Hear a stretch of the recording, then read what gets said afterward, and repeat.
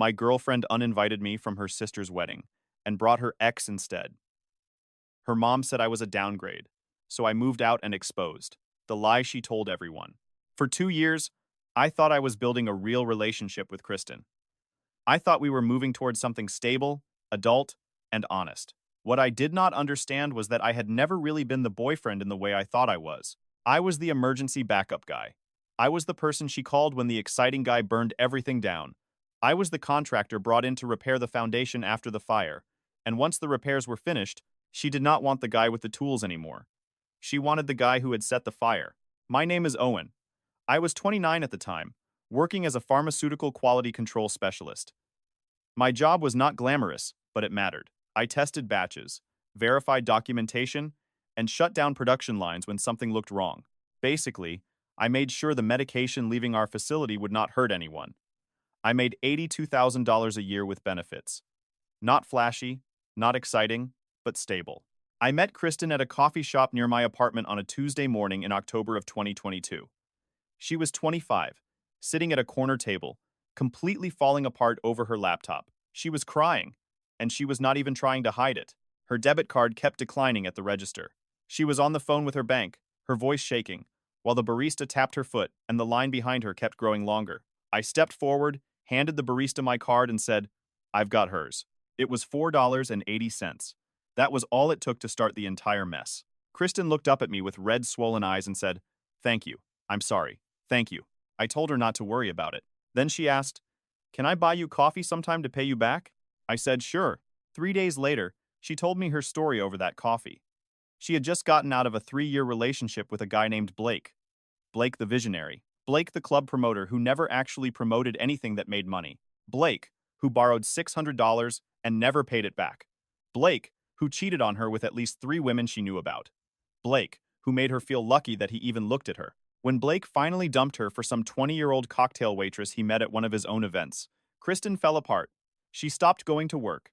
She stopped answering her friends. She stayed in her apartment for a week, eating takeout and watching reality TV, barely functioning.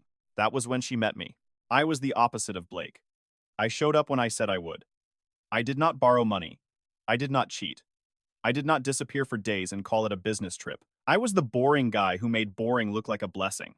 Kristen told me I was what she needed. She said she was done with drama, done with highs and lows, done with men who made her feel crazy. She said she wanted peace. So I gave her peace. Within 6 months, I helped her organize the disaster that was her financial life. She had $15,000 spread across 6 credit cards, with interest rates between 17 and 24%. I showed her the spreadsheet. She was losing $340 a month just to interest. I helped her get a consolidation loan at 8% and close all the cards. I set up automatic payments. I showed her how to budget. Within a year, she had knocked down $5,000 of principal. She cried when her credit score jumped 70 points. I also co-signed on a newer car after Blake had helped destroy her credit on the last one. When she decided to go back to school to finish her communications degree, I made that possible too. She needed 9 classes, each one around $950, plus books. She was working full-time, making $17 an hour. So I covered our rent, $1,700 a month, for 18 months. I ate chicken and rice 6 nights a week. I wore the same 3 work shirts until they had holes in the armpits. My check engine light stayed on for 8 months because I could not afford the repair. But she graduated. In the spring of 2024, I was in the front row taking pictures. 2 months later, she landed a job at a boutique PR firm. $41,000 a year, business cards, and a desk by a window. She started going to yoga, buying new clothes, getting her nails done. She glowed with a confidence I had not seen when we first met. I was proud of her. I thought we were winning together. The first real crack showed up at her parents' house in July of 2024. Kristen's mother, Helen, hosted a summer cookout. The whole family came. Her dad, David, grilled burgers. Her younger sister, Nicole, brought her fiancé, Justin. There were cousins, extended relatives, the works. I brought potato salad, the good kind, with pickles and mustard. Helen was holding court on the back deck with her sister Diane, Kristen's aunt. I was helping David at the grill when I heard Diane's voice carry from the deck. Diane said I seemed nice. Helen agreed, in that flat tone people use when they are describing oatmeal. Very stable, very responsible. Diane asked if that was good after the Blake disaster. Helen laughed, but there was no warmth in it. Blake had personality. Blake was exciting. Owen is safe. I looked over. Kristen was sitting 5 feet from her mother, scrolling through her phone. She heard it. I know she did. And she did not say a word. David noticed me staring and cleared his throat. He asked how I wanted my burger. I told him medium was fine. He said quietly, "Don't let Helen's commentary get to you. She has opinions about everything." But that was not the part that stayed with me. The part that stayed with me was that Kristen had heard her mother reduce me to boring and safe right in front of her aunt, and she had not defended me. She had not even looked up from her phone. I filed that away. A month later, Kristen started acting different. She changed her perfume. It was subtle, but I noticed. She had been wearing this light floral scent for almost a year, and then one day she came home smelling spicy and musky. When I asked about it, she said the store was out of her usual. She started listening to different music in the car, mostly rap, heavy bass, aggressive lyrics. She had never been into that before. When I asked, she said she heard it at the gym and it helped her focus. She started dressing differently for work. Tighter clothes, more makeup. When I complimented her, she said she was just trying to look more professional. Then came the phone. Late August, we were watching a movie. Her phone was face up on the coffee table. A text came through. The screen lit up for 3 seconds. Blake. Still thinking about our talk. You free this weekend? Kristen grabbed the phone immediately and flipped it over. She did not say anything. She did not explain. I asked, "Why is Blake texting you?" She said he had reached out last week to check in. According to her, he was in therapy and apologizing for how things had ended. I pointed out that she was texting him back. She said, "It's called closure, Owen. Adults do that." I did not respond. I just watched the rest of the movie. But I noticed that her phone never left her hand after that. A week later, there was another incident. It was September. I was making breakfast on a Saturday morning, and Kristen was still in bed. Her phone buzzed on the counter. "Blake, can't wait to see you. Been too long." The screen dimmed, and the preview vanished. Kristen walked in right after. I told her the phone had gone off. She grabbed it, her face tight, and typed fast. I asked who it was. She said, "Work stuff." Then she changed it to group chat. When I asked if she was seeing Blake, she said they were just talking. She said they were meeting for coffee once to close the chapter and make amends. I pointed out that his text said he could not wait to see her. She accused me of reading her texts. I said, "It was on the screen." She called it an invasion of privacy. I asked, "Is it an invasion if you're lying?" She insisted she was not lying, just coffee. Next month, October. I turned off the stove and ate in silence. She watched me and called me paranoid. I did not argue. I just finished eating and left. September also brought Nicole's engagement party, another family event at Helen and David's house. Nicole and Justin were getting married in October, and this was the official celebration. The house was packed, catered food, an open bar, a slideshow of Nicole and Justin's relationship playing on the TV. I showed up in a button-down and slacks. I brought a bottle of wine. Helen greeted us at the door. "Owen, so glad you could make it." She said it the way you would thank the mailman for not losing a package. The party went fine until dinner. We were all seated at the long dining table. David at the head, Helen beside him, Nicole and Justin nearby, then Kristen and me, Diane and her husband, and a few cousins. Helen stood with her wine glass. "I want to make a toast to Nicole and Justin," she said. "Justin, you're everything we hoped Nicole would find. You're ambitious, charming, and you make our daughter light up when she talks about you." Everyone clapped. Then Helen looked at Kristen. "Kristen, honey, I hope you're taking notes. This is what it looks like when you find the right one." The table went quiet. Kristen forced a smile and said, "Thanks, Mom." But Helen was not done. "I mean, I know you're with Owen now, and he's wonderful in his own way. But when you were with Blake, there was just this energy. You were so alive." I set down my fork. David cleared his throat. "Helen, let's not do this." Helen waved him off. "I'm just saying there's something to be said for passion, for excitement. Owen is safe. But is that really what you want long term?" I looked at Kristen. She was staring at her plate. Quietly, I said, "Say something." She did not. So I stood up and looked at Helen. "If you think I'm boring, you can say it to my face instead of performing for the table." Helen blinked. "I didn't say boring. You said safe." "Same thing." Then I looked at Kristen. "And you're not saying anything." I walked to the bathroom and stayed there for 5 minutes. When I came back out, Kristen found me in the hallway. "I'm sorry," she said. "She's had too much wine. She compared me to Blake in front of your entire family." "I know. And it was inappropriate." but you know how she gets. And you didn't say anything.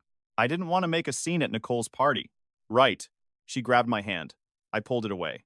Owen, come on. I'm going home. You can stay. Don't be dramatic. I'm not. I'm leaving. You do what you want. I drove home alone. She showed up 2 hours later, annoyed that I had left without her. We did not talk about it. 2 days later, on Tuesday afternoon, I was at the apartment. Kristen was at work. Her iPad was on the kitchen counter charging. The screen lit up with a notification from a family thread. The preview showed Diane laughing about what Helen had said at dinner. I picked up the iPad. It was unlocked. The Messages app was open to a group chat with Kristen, Helen, and Diane. I scrolled up. Kristen had texted them earlier in September that she missed the excitement Blake brought. Helen told her she was allowed to want more than stable. Diane said, "Don't settle." When Helen asked if different meant boring, Kristen did not say no. Diane replied, "You didn't have to, lol." I kept scrolling. Helen's next message was the knife. "Bring Blake somewhere. See how you feel. See if there's still a spark." Kristen called it terrible advice. Helen called it practical. I took photos of the screen with my phone. Then I put the iPad back exactly where it had been and saved the photos to a locked folder. When Kristen came home that night, I acted normal. I made dinner. I asked about her day. But now I knew. October came fast. Nicole's wedding was set for Saturday, October 12th. Kristen was the maid of honor. She had been stressed for weeks, obsessing over every detail. The dress, the flowers, the seating chart. She wanted everything perfect. Nicole was marrying into serious money. Justin's family owned a medical supply company. The wedding was at an estate venue with an orchestra and expensive plated dinners. Kristen was terrified of embarrassing herself in front of Justin's family. I wanted to support her. So I bought a suit. New. Not rented. It cost $725 at a men's store downtown. Navy blue, tailored fit. I got a fresh haircut. I had my car detailed. 2 nights before the wedding, I came home wearing the suit. "What do you think?" I asked. Kristen was on the couch with her phone. She looked up, and her face did something. Disappointment, maybe. Or disgust. "It's fine," she said. "Just fine? It's very you, Owen." Meaning, it's boring. It's a navy suit. Every guy at that wedding will be wearing a navy suit. I took off the jacket. What should I have gotten? I don't know. Something with personality. Blake would have shown up in something bold. There it was again. Blake. I said, "Blake would have shown up late and drunk." She replied, "At least he'd be memorable." I hung the suit on the door and asked what time we were leaving Saturday. She did not answer right away. She locked her phone and set it face down on the cushion. "About that," she said. I sat down across from her. "About what?" She said her mom had been saying some things about me. About me and Blake. My jaw tightened. I told her to go ahead. "She thinks you're a downgrade." The word just sat there. Kristen said her mom had not phrased it exactly like that. But yes. Blake had charisma and energy. I was safe. Boring. Her mom thought she had settled. I leaned forward. "Say that word again." She tried to back off, saying she was only telling me what her mom had said. I cut her off. "You're uninviting me to your sister's wedding because your mom thinks I'm boring." She said it was not about that. She stood up and said she did not want me sitting there all night knowing they were comparing me. It would be awkward for both of us. I stood too. "No, Kristen. You're protecting yourself. You're worried what Justin's rich family will think if you show up with the boring guy." She said that was not fair. I told her to say I was wrong. She did not. I walked past her to the bedroom, grabbed my duffel bag from the closet, and started packing. She asked, "What are you doing?" "Leaving." "You're being dramatic." I stopped and turned around. "You just uninvited me to your sister's wedding and called me a downgrade." "I'm not being dramatic. I'm being clear." She begged me to talk about it. I said no. She had made her choice. She wanted to show up without me. Fine. She wanted to impress her mom and Justin's family. Fine. But I was not sitting at home waiting for her to decide if I was good enough. She asked where I was going. Hodl. For how long? We'll see. This is insane. Yeah, it is. I walked out. She did not follow me. I did not go to a hotel right away. I sat in my car in the parking garage for 20 minutes, trying to decide if I was overreacting. Then my phone buzzed. It was Trevor, my best friend from college. He was a quality control manager at a food processing plant. Solid guy. No nonsense. I met him at a dive bar 10 minutes from my apartment. I ordered a soda and told him everything. Trevor listened without interrupting. When I finished, he leaned back. So she uninvited you to a family wedding because her mom thinks you're boring. Yep. And instead of defending you, she agreed. Basically. And now you're sitting here wondering if you overreacted. Kind of. You didn't. You need to leave her. We've been together 2 years. I helped her get out of debt. I co-signed her car. Which is exactly why she's keeping you around, Trevor said. You're not her boyfriend, man. You're a subscription service. You provide the infrastructure, the rent, the car, the emotional stability. But she doesn't actually want you. She wants the benefits. I stared at my glass. Trevor said, You know I'm right. I said, Yeah. So, what are you going to do? I don't know yet. Saturday afternoon, Kristen left for the wedding venue around 2. She was staying at the hotel overnight to help Nicole with pre-wedding setup. She tried to act normal and gave me a quick hug at the door. I'll be back Sunday morning, she said. Have fun. She hesitated. Are we okay? We'll talk when you get back. She left. I waited 5 minutes, then went to the living room window. Our apartment was on the 4th floor, and I could see the street below. I watched her walk out of the building. An Uber pulled up. She opened the back door. Then a guy leaned out to help the driver with her suitcase. Leather jacket, flashy watch, that swaggering walk. Blake. I stood there for a long time with my hand pressed against the glass. She had not uninvited me to protect me. She had uninvited me so she could bring him. I grabbed my phone and called Trevor. I need help moving out. Trevor showed up 30 minutes later with his truck. You sure about this? He asked. Positive. Good. Let's do it clean. We had a system. Trevor had done this before, when his brother left a bad relationship. Document everything. Take only what was mine. Leave no mess. I started with my clothes. 3 suitcases. Then my documents from the filing cabinet. Birth certificate, passport, tax returns. I grabbed my emergency cash from the lockbox. $500. Then the electronics. The 65-inch TV I bought. Boxed it. My PlayStation. Packed it. The Sonos speakers in the living room, bedroom, and kitchen. All mine. But the real move was the network. I walked over to the corner where the fiber modem and mesh router sat on a shelf. The internet account was in my name. I paid the $99 monthly bill. I unplugged the router, wrapped the cord, and put it in my backpack.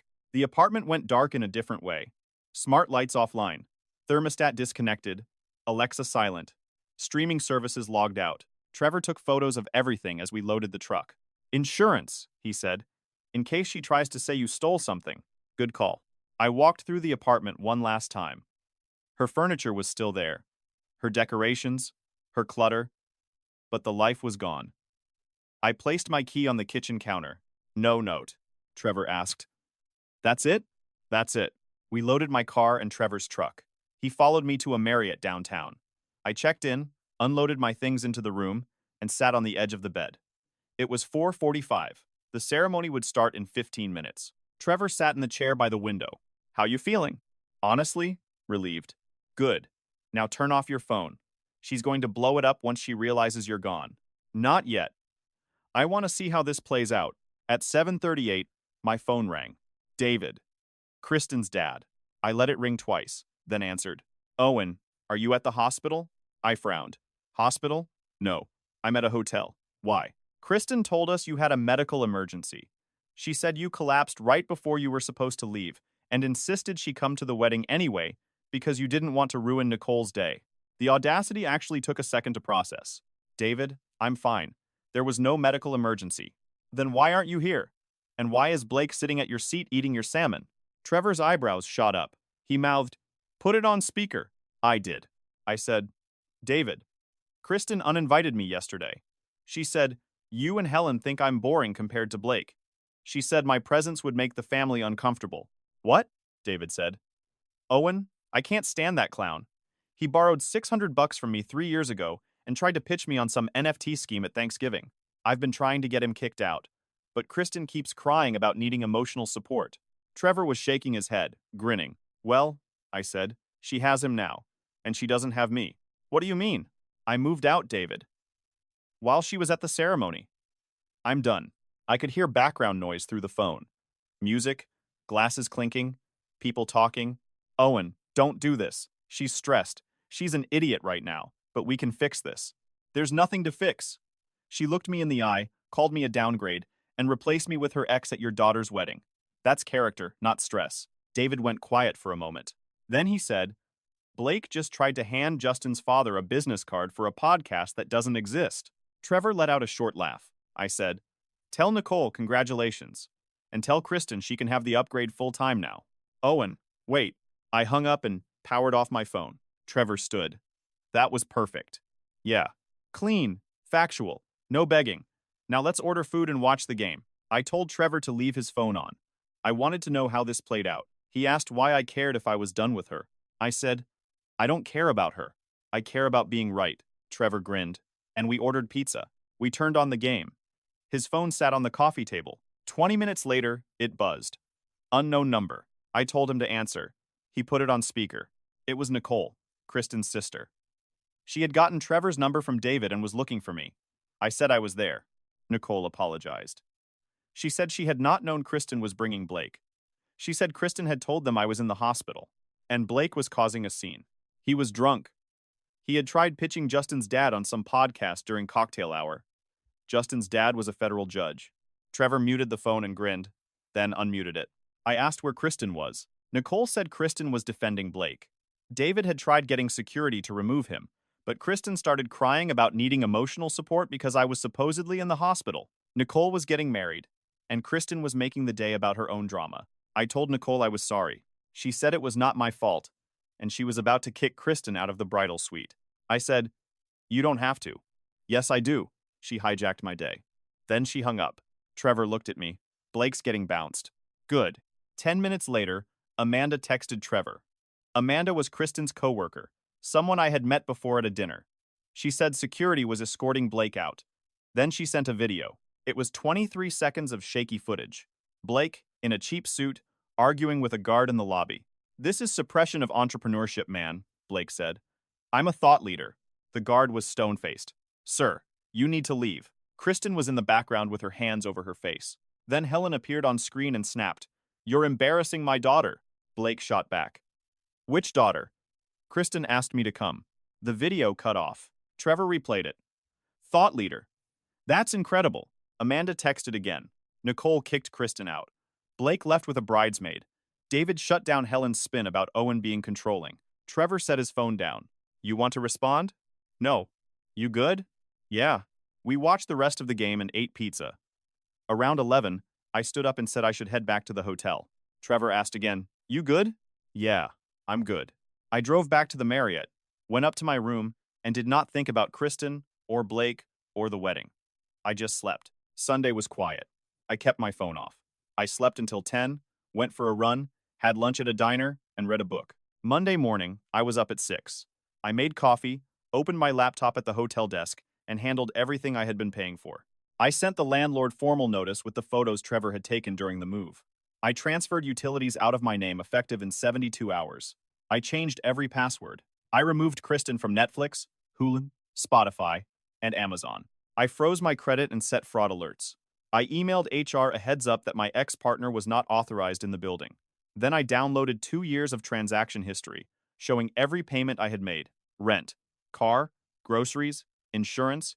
I saved all of it to a folder labeled evidence. The only petty thing I did was take the router. And even that was not really to hurt her. It was to remind myself that I was done being the infrastructure. I powered on my phone at 8:30. 63 missed calls. 108 texts. 17 voicemails. Trevor knocked 20 minutes later with 2 coffees. I scrolled through the message previews. My phone had become a slot machine. Where are you? Where's the TV? My dad is screaming at me. You embarrassed me. Blake left with a bridesmaid. You took the router. Then, finally, Monday morning. Can we please just talk?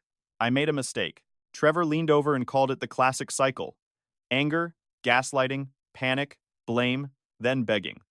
All 5 stages in under 24 hours. I archived the entire thread without responding. Then I blocked her number. At 6 that evening, I was walking to my car in the parking garage at work when I saw her waiting there. She was leaning against my driver's side door, wearing sunglasses even though it was overcast, arms crossed. When she saw me, she straightened up. You blocked me, she said. I did. We need to talk. We don't.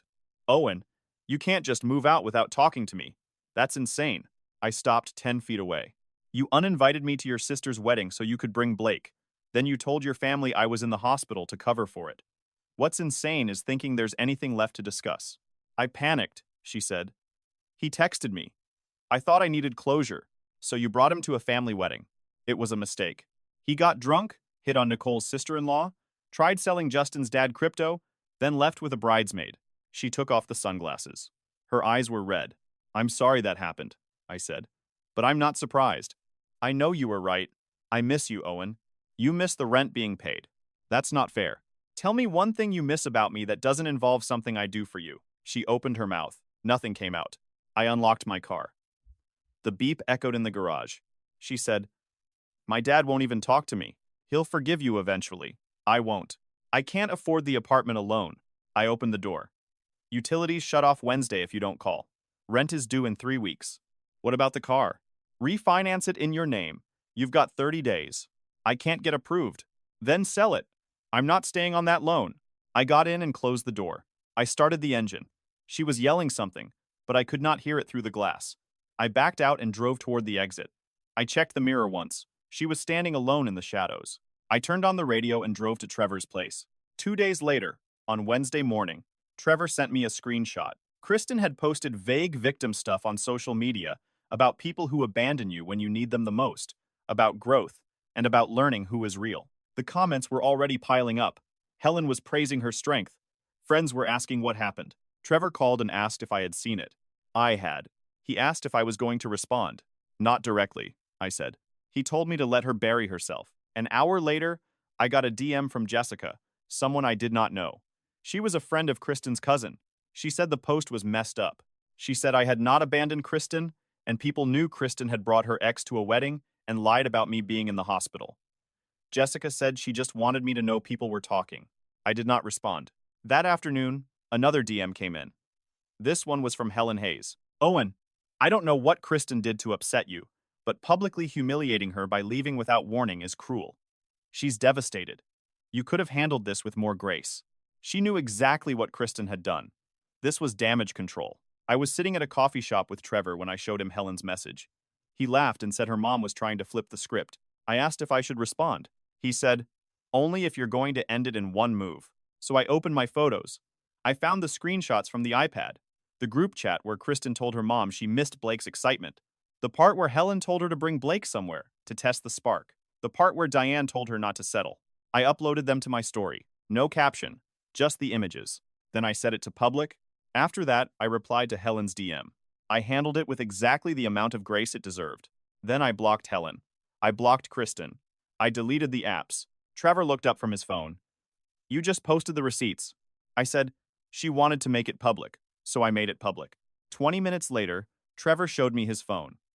The screenshot had already been shared 4 times. Comments were rolling in. People were saying they knew there was more to the story. People were calling out the victim act. I did not read any more of it. I put my phone away and ordered another coffee. 2 weeks later, I went back with Trevor and the building manager to get my furniture. Kristen tried blocking the door. Helen showed up and screamed about trauma. I took my bed, my bookshelf, and my desk. I left Kristen sitting on the floor crying, told her good luck, and walked out. By 3 that afternoon, everything was set up in my new place. 3 weeks later, in mid-November, Kristen missed the car payment. I got the alert on my phone at 8 in the morning. Trevor was at my new apartment, helping me set up my bookshelf. She missed it, I said. You going to cover it? Once. To protect my credit. Then I'm done. I logged into my bank account and paid the $295. I saved the receipt. Then I sent her a text from a texting app, since she had blocked my main number. I covered this month's payment. Refinance into your name by December 1st, or I'm forcing a sale. She responded with the usual cycle. Her credit was not ready. Could I stay on a little longer? She was trying to get her life together, and I was making it harder. I responded with 2 words. December 1st. A week before the deadline, she texted, My dad wants to talk to you about the car. An hour later, David called. He said he knew I was upset with Kristen, and that I had every right to be, but he was asking as a favor. Could I give her more time? She was struggling. She was back home. She had lost her apartment. She was embarrassed. The car was the one stable thing she had. I said no. She should have made the payment. David asked, man to man, if I could give her until January. He said he would make sure she made the payments. David, I said, I respect you, But this isn't about her anymore. It's about my credit. She had 8 weeks to refinance. She didn't. I gave her one free pass. She's not getting another. He was quiet. Then he said he understood. He said he was sorry it had come to this. He told me he had told Helen she was wrong about me, about Blake, and about all of it. I thanked him. We wished each other good luck and hung up. December 1st came. No refinance. Then Kristen missed the next payment too. I called the lender and explained the situation. They walked me through my options. Since both names were on the loan, and she was in possession of the vehicle, I could not just repossess it myself, but I could force a sale if she refused to cooperate. I sent her one final text. You missed the deadline. I'm initiating a forced sale through the lender. You can either cooperate and we sell it privately to get a better price, or they'll auction it and you'll lose even more money. Your choice. She replied, asking if I was really going to take her car. Then she wrote, I hate you. I replied, noted. She tried to hide the car. She parked it at a friend's house and refused to respond to the lender's calls. It did not matter. The lender had her information. They sent a tow company. It took 3 weeks, but they got it. The car sold at auction for $18,000. She still owed $19,500. The lender contacted her about the deficiency balance. David ended up covering it to keep it off my credit. My name came off the loan on December 22nd. I got the confirmation email and saved it in the evidence folder. Kristen sent me one last text. You took my car. I replied. I protected my credit. You had 3 chances. You chose not to take any of them. Then I blocked the texting app number and deleted the app. By December, I heard through David that Kristen had moved back in with her parents. Helen was apparently furious. Nicole was not speaking to her. Blake was in a relationship with the bridesmaid. I did not feel bad. In March of 2025, 5 months after the wedding, I was leaving the gym on a Saturday afternoon when I saw Kristen sitting on a bench outside. She was not wearing sunglasses this time. She looked smaller, tired. Owen, she said. I stopped. Kristen, she asked if we could talk. I told her we did not have anything to talk about. She begged for 5 minutes. Trevor's voice was in my head. Do not engage. Walk away. But I was curious. So I gave her 5 minutes. She stood and told me she had been in therapy. She said she was working on herself and finally understanding why she did what she did. She said she had been scared of being boring, scared of being the girl who settled. She said her mother had gotten into her head. She said Blake texting her had brought back feelings, and she panicked. I reminded her that she had replaced me at her sister's wedding and lied about me being in the hospital. She said she knew it was horrible. She said she had apologized to her family and to Nicole. Now she wanted to apologize to me. I looked at her. She seemed genuine. But Trevor's words echoed again. You're not her boyfriend. You're a subscription service. I said, apology noted. We done? She said, I was hoping we could try again. No. She said she had changed. Maybe she had. I told her that. But I also told her I did not care. Her face fell. 2 years, and I just did not care anymore. So I laid it out. I cared for 2 years. I cared when I helped with your debt. I cared when I co-signed the car. I cared when I covered rent so you could finish school. I cared when your mom called me boring, and you didn't defend me. I cared when you uninvited me and brought Blake. But caring runs out eventually. She said she had made a mistake. I corrected her. Multiple choices. Now you're dealing with consequences. She asked if that was it. If I was just done. Yeah. She tried one more angle. She said Blake had contacted her last week and she had not responded. She said she had turned down a date because she was still in love with me. I told her she was making better choices now for herself, not for me. She insisted we had been good together. No, Kristen, I said. I was good to you. There's a difference. She started crying. Quiet tears. She apologized again. I said, I know. Then I walked past her toward the parking lot. She did not follow me this time. I got in my car and drove straight to Trevor's place. He was in his garage working on his motorcycle when I pulled up. He asked, what did she want? Second chance. What did you say? No. He grinned and tossed me a wrench. We worked on the bike for 2 hours. We did not talk about Kristen or Blake. We just worked. When we finished, Trevor fired up the engine. It roared clean. He shut it off and asked if I was hungry. We went to a dive spot near the docks, ordered burgers, and sat outside watching the boats. Trevor raised his beer. To moving on. I raised my soda. To moving on. 2 months later, I met Rachel, a nurse at one of my company's hospitals. She asked me out first. Direct. No games. We went to dinner, talked for 3 hours, and laughed the whole time. On our second date, She asked about my last relationship. I gave her the short version. My ex brought her ex to a wedding instead of me. Then she lied about it, so I left. Rachel said, that was her loss. Then she asked if I was completely over it. I told her yes. She said, good. I don't do drama. I said, neither do I. And we didn't.